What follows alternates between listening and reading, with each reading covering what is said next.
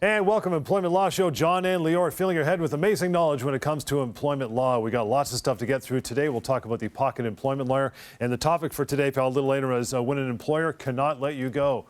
Never Let Me Go is going to be, and there was room in that door, by the way, but that's okay. That's lots of good things since that movie. That's all coming up, and we'll get to some emails and phone calls. If you want to catch up anytime, employmentlawyer.ca is the website. Email is help@employmentlawyer.ca. We like to start each show with a week that was, something that has been happening in your world, pal. What do you got going on? Very busy. Actually, took me some time to decide on the matter I wanted to talk about on the show because actually I've had a few people kind of stop me on the street or in the mall and say they've watched the show and started telling me about their situation. That's great. Obviously, we're reaching people, we're talking to people. People are paying attention and learning about their workplace rights. And sometimes it triggers an issue or a question that they had that they've always kind of thought about, and now they know that there's something they could do about it. So the same with you. If you have an issue, a question, a workplace problem, you don't know what to do, well, here's your lifeline. Here's the information that you need on this show. Always, every weekend, we'll be right here to answer those questions. But if you want to talk to me privately, like so many people do, when I get out of the studio, I go back to the office, answer calls, answer emails. Call me, email me. We'll get you that contact information throughout the show so we can talk. You bet. But week there was, John, talking about the situation that came across my desk. I spoke with a gentleman who had a very important meeting coming up in the morning, first thing at work. And so he got ready, he made sure he was up on time, he had a nice breakfast, put on his best suit, but he had to take public transportation to go to work. Well, wouldn't you know it, John, the day that he needs to be at work on time, there's a delay in public transportation, an accident or something ahead, and he's freaking out. There's really no other way to get around, bad weather to boot. He's calling his employer, I may be late. Sure enough, he ends up being 20 minutes late, 25 minutes late to this very big meeting. Now, let's be honest, it was a big deal. It was a big meeting with a big client, as I understand it, and his employer got extremely upset at him. At the end of the day, he got let go. He was walked right out of the office. Said, "We can't rely on you. You screwed up this big meeting because of you. It didn't go well. You're out of here." And he felt terrible about it. He knew that it was his mistake, but at the end of the day, he needed to know, is this legal? Can they let me go? I was late, big meeting. Is that something they're allowed to do? So here's the thing, John. I am not going to excuse this person completely. If you have a very important meeting, something that you really must be at work, you have to find a way to get there. Maybe you leave earlier than usual. Maybe to be safe, you take a taxi instead of public transportation. I don't know. Maybe you do something else. You have to get there. So the question is, okay, he didn't do that. He did screw up. The real question is that cause? Right.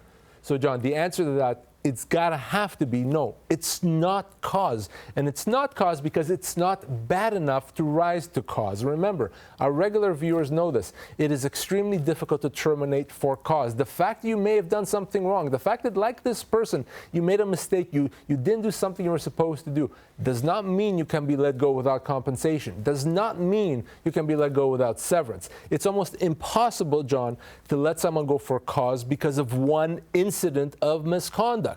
So maybe he could have gotten a warning, maybe even a suspension. That's kind of a fairly strict or a fairly serious form of discipline. He could not be let go. So even though he screwed up, he's still wrongfully dismissed. He's going to be owed his compensation, his severance. And I wanted to remind our viewers that if you did something wrong, it does not mean that gives the company grounds to terminate your employment for cause.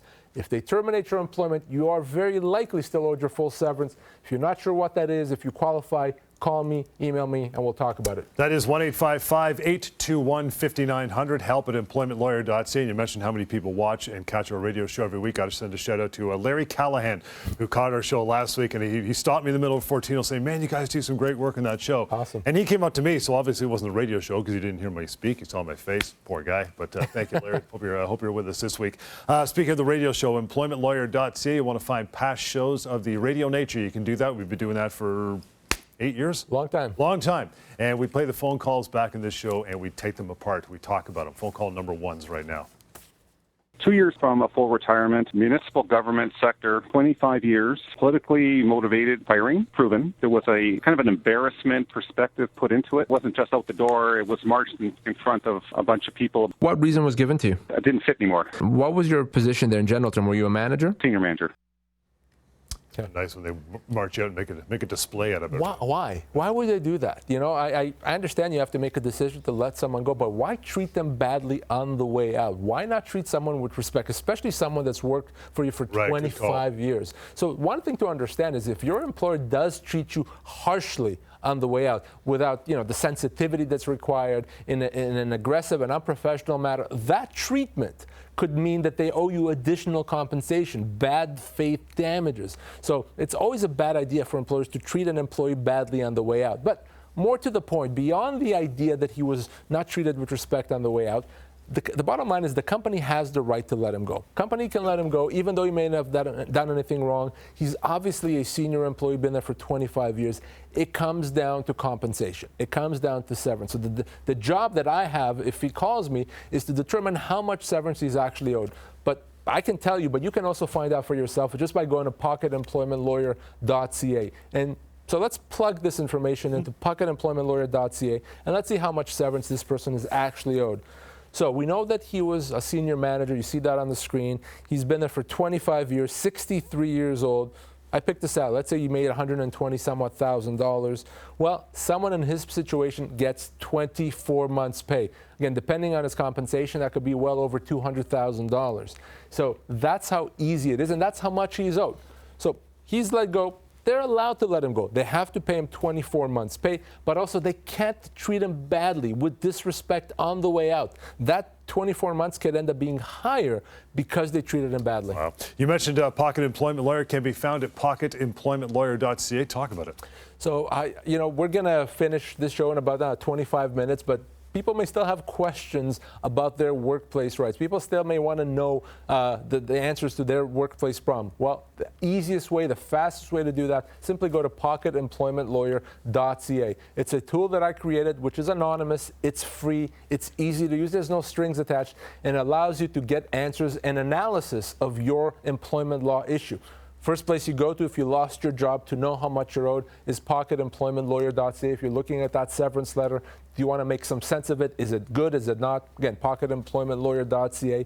But it does so much more than that. Yeah. It can help you determine if the company had cause to let you go, if you've been constructively dismissed, if you're an employee or an independent contractor, if you've had your human rights violated, and more. So before you even call a lawyer, you go to pocketemploymentlawyer.ca. We always like to get to an example from the Pocket Employment Lawyer. Someone writes in fact, Sean this time says, the company I worked for as a contractor ended our relationship abruptly. This happened after I submitted a harassment complaint involving another contractor. Said they decided to let both of us go to avoid headaches, obviously. I worked there for full-time for 3 years. What do you say? So there's a number of issues here, but the analysis starts with, is he really an employee or an independent contractor? Because if he is truly an employee, or if he's truly an independent contractor, he may not have recourse. Generally, employment laws don't apply to independent contractors, but as our regular viewers know, most people are misclassified. They're called or treated like independent contractors where they really are employees at law. So the analysis with Sean starts with, is he an employee or is he an independent contractor like he thinks that he is? So pocketemploymentlawyer.ca, as we've said, allows you to find out if you're an employee or contractor. So let's take it for a spin for Sean's case. So if we go to pocketemploymentlawyer.ca, we'll hit the contractor versus employee button there, and there's going to be a few questions. So did he work exclusively for this company? Yes, the answer, yes, he did. Did he set his own hours? No, the company set the hours. Did he pay the expenses? No. And was he working for more than 6 months? He was. So once he answers those questions, we get the answer at the bottom that this appears to be a classic misclassification situation. It's very likely that you're an employee and not an independent contractor. That's how easy it is. And John, now that we know that he's an employee, he's entitled to severance. Potentially there's other damages because he was let go because he filed a harassment complaint. So everything flows from that. So if you're not sure if you're an employee or an independent contractor, I'll spoil it for you right now. You're an employee. But if you really want to be sure, just go to pocketemploymentlawyer.ca. Coming up here, when an employer cannot let you go, we'll tackle that after a short break. In the meantime, reaching out 1-855-821-5900 and employmentlawyer.ca. Lots more. The Employment Law Show is on the way. Don't go anywhere. You lost your job. They only gave you 2 weeks of severance per year worked. But where can you find out what you're really owed? I'm going to severancepaycalculator.com. Find out how much you're owed right now. Severancepaycalculator.com. You've been denied long-term disability. You think you're powerless, but you have a lot more power than you think. I'll tell you a secret. It's a numbers game for the insurance company. They're betting on you walking away from money that they owe you. Don't make that mistake. We resolve disability claims all the time. We force insurers to pay what they owe. We're in your corner. Call Savan and his team, 1-855-821-5900, or go to disabilityrights.ca. You lost your job. They said they had a good reason, but you think you've been wrongfully dismissed. Now what are you going to do? I'm going to employmentlawyer.ca. Always check with the employment lawyer first at employmentlawyer.ca.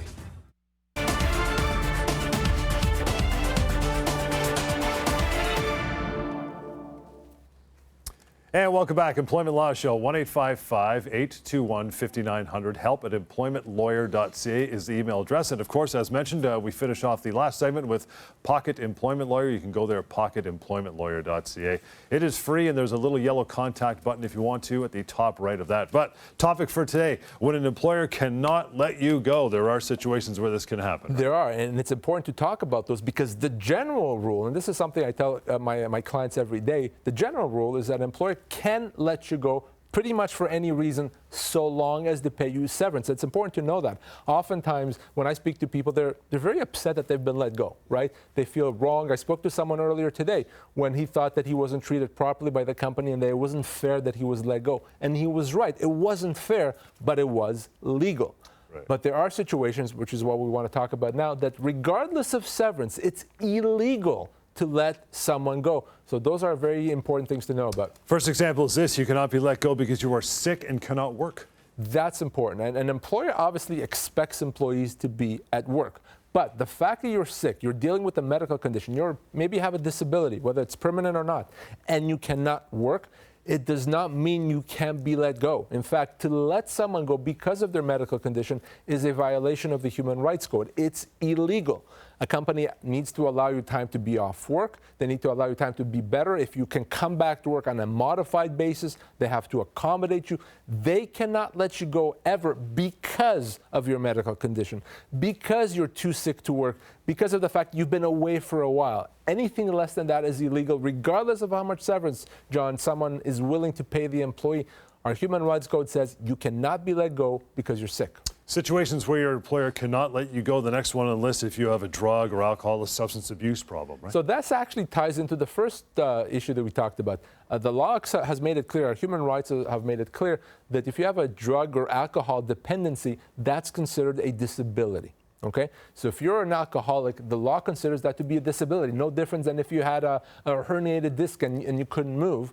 That's a disability, which means you cannot be let go or punished because of that. You cannot be let go because you're struggling with alcoholism or a drug addiction. Now, what's important to understand here is I am not suggesting that an employer should say, well, I guess I can't do anything, so come to work even though you're an alcoholic or you're dealing with drugs. No, clearly an employer cannot let someone go if they're not in a position to do the job. But that does not mean they get let go. They can be given medical time off to get better. An employer may even offer some help with treatment, a program. And when they're able and cleared medically to come back to work, they have to come back to work. They cannot be penalized because they have a condition that they cannot help. Now, if you're not an alcoholic, you're just irresponsible, and you went out during lunch and got drunk and came back to work drunk, yeah, that is a problem. That's misconduct. You're not alcoholic, you're just irresponsible. You could be fired for that. But you cannot be fired because you have a dependency. Alcohol or drug dependency, that's a disability. Your employer has to accommodate you, give you time off, give you the flexibility and the understanding that you need so that you can get better and come back to work. Next one on the list is this, the P word. You cannot be let go when it comes to pregnancy or parental leave. We know this by now, or we should. We should. And, you know, here we are at this day and age still talking about that. But, John, every single month I speak with mothers, fathers who've been let go because they took a parental leave or mother took a pregnancy leave. They're let go. Now, in fairness, an employer often would try to say, well, that's not why we're letting you go. It's just a coincidence. Nonsense, okay? In most cases, if it looks like you're let go because of your pregnancy leave, that's probably what's happening, right, and it's illegal. It doesn't get more illegal than that. You cannot be let go because you're pregnant, because you're taking maternity leave, if you're a father, because you're taking a parental leave, even if you've taken a few of them close together, even though it may be inconvenient to the employer, they cannot let you go. They can't penalize you, discipline you. They can't decide to put you in a different position. The only thing your employer is allowed to do is to bring you back at the end of the leave to the same job at the same pay. If they try to let you go, well, not only is that a wrongful dismissal in most cases, that could be a violation of the Human Rights Code, of the Employment Standards Act. It's a big deal. It's something an employer should never do. If you're ever in that situation, unfortunately, it still does happen. Yep. Reach out to me. I'll help you out. By the way, you can check out pocketemploymentlawyer.ca if you want to reach out after the show, or 1-855-821-5900. Talking about times your employer cannot let you go, and this one's another one. Like, thank God more of this is happening. People are come out and they're not scared to expose this, but you can't be let go if you complain about workplace harassment. Every employee has the right, a very basic right, to work in a harassment-free workplace. Well, that means you also have the right to tell your employer if you are being the victim of harassment. You not only, I would say, should you tell your employer, you have an obligation, right, to tell your employer, to make your employer aware that you're the victim of harassment, and ask your employer for help, for them to fix that problem and make the harassment go away. But once you do that, you have this shield, this dome of protection around you. You cannot be let go because you filed a harassment complaint. That's a reprisal. That's illegal. Think about it. If you could be fired for that, no one would ever want to talk to their boss. Well, I'll just suffer with harassment. I don't want to tell my boss because I could be fired. No, you cannot be fired. And if your company tries to fire you, despite what I just said, man, oh man, are there going to be significant repercussions on that company? No, you cannot be let go. You should always feel comfortable to talk to someone about harassment. The boss, HR, the owner of the company, you should let them know, give them that opportunity to fix it. If you tried and nothing's happened, or if there's no one to talk to, reach out to me. Let me get you out of there with the compensation that you're owed. But you should always know you cannot be fired for complaining about harassment. Last situation today where you cannot be let go by the employer is this, and if they're trying to avoid paying money that they owe you. So what I mean by that is, if let's say you have a big bonus coming up that you're going to get in a month, the company says, I know. Out he goes. Let's let him go right before. Now we don't have to pay him bonus. We're brilliant. No, not so brilliant, not so legal, in fact. You cannot be let go just because the company wants to try to avoid paying you something that they owe you. What I mean by that, you can't let go, is that that's, again, considered bad faith. And a company that does that, where it's clear that a company lets you go because they owe you money and they're hoping that by letting you go, they avoid paying you that money, they're not only going to have to pay you the money that they owe you, they're going to have to pay additional damages because of that bad faith conduct. So a very bad idea for employers out there. If you owe the employee money, pay them the money. If they've earned it, they should get paid. And trying to come up with a convenient termination date in order to avoid paying someone something that they're owed, not a good idea. That also includes if it's commissions that are forthcoming and not quite arrived yet. If you've done the work, you need to get the commission. Absolutely. Go, right? And by the way, there's also a rule that even if you quit, let's say you find another job, and you leave before the commission is paid. No kidding. If you've earned that commission has to be paid. I had a matter this week where someone was let go. Someone quit, and they were leaving about 2 or 3 weeks before the payment. The commission was going to get paid. And the company said, no, we're not going to pay it to you because you quit. No, they've earned the commission.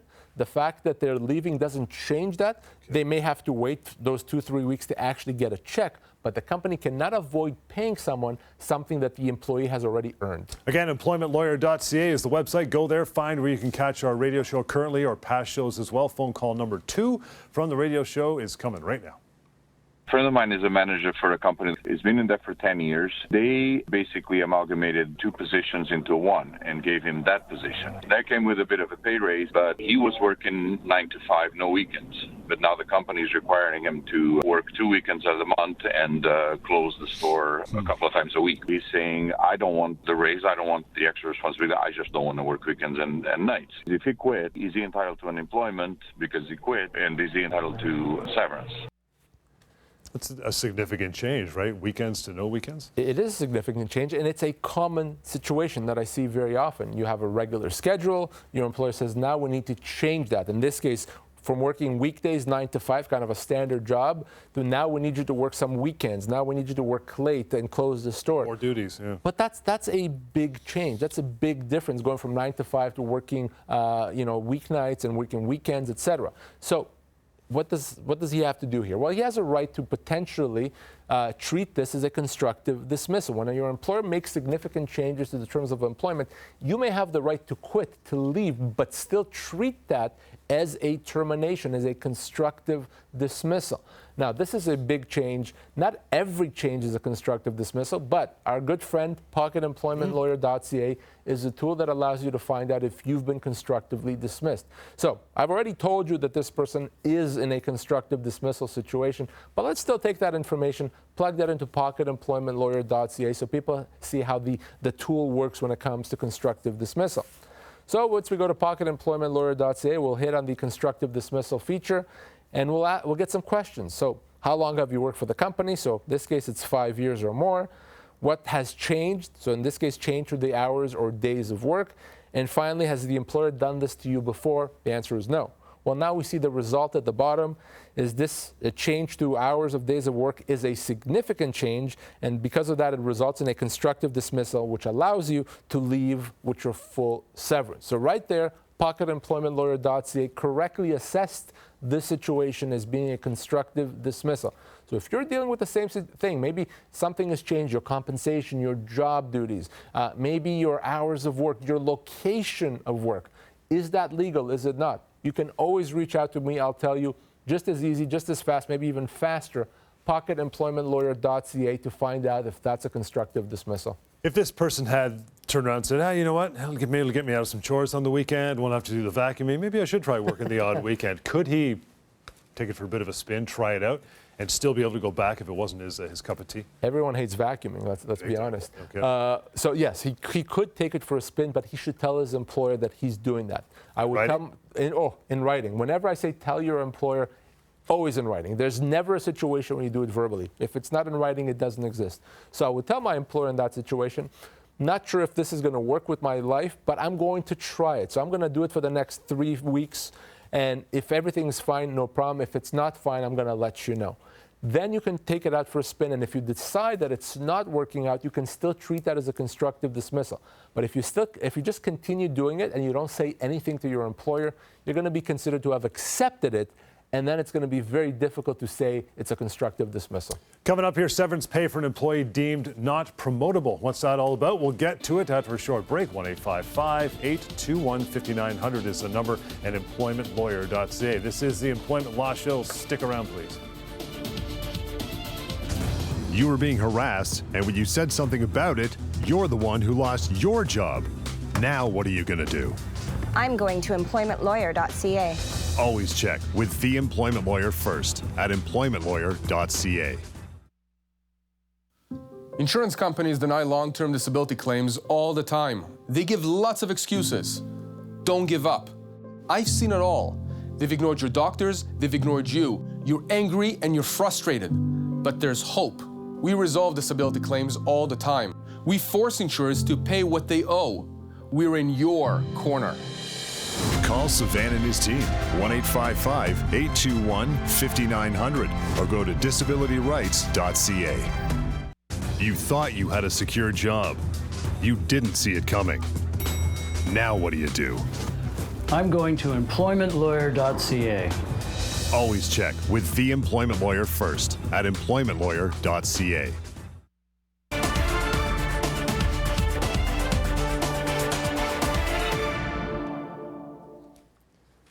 And welcome back, Employment Law Show. John Scholes, Lior Samfiru from the radio show. You want to find out how you can listen, catch new shows, past shows, employmentlawyer.ca. Our third phone call from the day is coming up right now. I was just terminated on Friday. I have worked for a company for 6.5 years. The VP commended me on my intelligence, how dedicated and competent I was, but advised me my attitude was not promotable. So I want to find out with my rights. They did give me a small severance package. I did not go to the labor board. I don't think it's enough. I think it's 4 months. What was your position there? Technical writer. How old are you? 50. You're great, you're fantastic, but I can't promote you. You're unpromotable. Unpromotable. Yeah, is that a word? I'm not sure. It is now. Well, it is now. So if anyone were to be told you're not promotable, we just can't see you rising up in the organization, man, that's gonna hurt, right? That's gonna be painful. No one's gonna want to hear that, and you're gonna want to get some vengeance potentially on someone that said that. But here's where the law comes in and says we gotta take that in perspective, because despite the fact that it hurts, despite the fact that no one wants to hear that, it is legal to let someone go in this situation. It comes down to severance. So even though she's not going to like why she was let go, she probably thinks, and understandably, that she can move up, that she is quite promotable. The fact that the employer may be wrong on that doesn't change the fact that they are allowed to let her go. Your employer can let you go for any reasons, except the reasons we talked about earlier, as long as they pay severance. So for this person, it really comes down to severance, not the reason. Can't do anything about that. So we know that they offered her 4 months pay after 6 months on the job. Is that good or is it bad? It's bad. But before we even go there, let's go to pocketemploymentlawyer.ca to find out, just like you can, if that severance offer is good. So if we go to pocketemploymentlawyer.ca, we'll input her information. She's a technical writer. She's been there for 6 years. She's 50 years old, and we know she was given 4 months pay. Well, pocketemploymentlawyer.ca correctly assesses her as being owed 8 months pay, double what she's been given. Now, despite the fact that I said they are allowed to let her go, this is still a wrongful dismissal. A wrongful dismissal is a situation just like here, when you're let go without proper severance. She was owed 8 months pay. She was offered 4 months pay. That's a wrongful dismissal any day of the week. So not a problem, easily resolved, but it starts with going to pocketemploymentlawyer.ca. Even if you're just curious, even if you want to know, hey, what would happen if one day they let me go? What would I be owed? Don't wonder anymore. pocketemploymentlawyer.ca. I'll tell you another place you can go to ask questions, get some information, terminationquestions.com. Again, terminationquestions.com. Ask your questions there. Lior, a member of the crew, will get back to you very shortly with an answer. One for today comes from Jeannie. She says, I was never given an employment contract to sign when I started my current job. Is it harder to enforce my rights without one? Should I ask my employer to create one for me? You know the answer. No, leave it. The hands means the no. No, absolutely not. So as counterintuitive as it sounds, it's so much easier to enforce your rights without an employment agreement. Not having an employment agreement means you have the full protection of the law. All the laws and all the rights that our courts have created over the past 150 years are available to you. They're part of your employment rights. The only thing an employment agreement does, very often does, is it takes away those rights. Remember, the law is very clear that you have all these rights, but you can also give them away if that's what you want to do. And that's what an employment contract, an employment agreement does. It takes the rights that you have and it eliminates them. Because an employer may realize, hey, we as the employer would be better off if the employee didn't have as many rights. So if you have the choice between having a written agreement or having a job that you start on a handshake, take the handshake every day, any day of the week. It's much, much better for you, much easier to enforce your rights. Don't ask your employer for an employment agreement if you don't have one. And if you do get an employment agreement, whether it's a new job or you're an existing employee where your employer wants you to sign a new agreement, let's be careful. Send me a copy. Let me tell you what it does, what it means, what can be negotiated. But if you don't have one, continue working knowing that you have the full protection of the law. Done for another show. Thank you for hanging around with us. You want to contact Lior and the team? No problem. help@employmentlawyer.ca is the email. Shorten that just to employmentlawyer.ca, the website where you can catch past radio shows. Always the phone number, 1-855-821-5900. And if you used it several times today, and you should at least spend some time, if only for interest's sake, that is pocketemploymentlawyer.ca. It's great stuff. Check it out. And we'll catch you next time on the Employment Law Show. Appreciate it.